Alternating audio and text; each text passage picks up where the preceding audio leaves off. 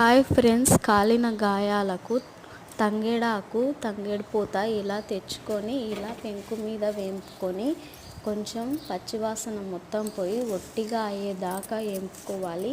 నల్లగా మాడినా పర్వాలేదండి, ఇలా వేంపుకోవాలి. వేంపుకొని దీన్ని మిక్సీ పట్టేసుకోవాలి. మిక్సీ ఎలా పట్టుకోవాలంటే చాలా మెత్తగా ఉండాలి. గ్రైండర్కి చాలా మెత్తగా అయిపోవాలి. ఇదిగో నేను చూపిస్తున్న విధంగా ఉండాలి.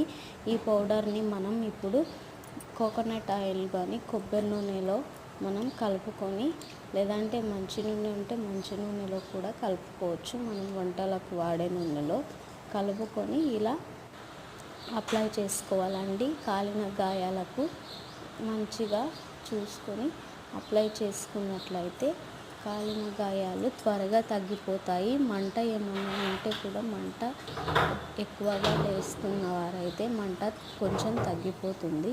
చూడండి, మన చర్మం మనకు వచ్చేస్తుంది. నా వీడియోస్ కనుక నచ్చితే లైక్, షేర్, సబ్స్క్రైబ్ చేసుకోండి.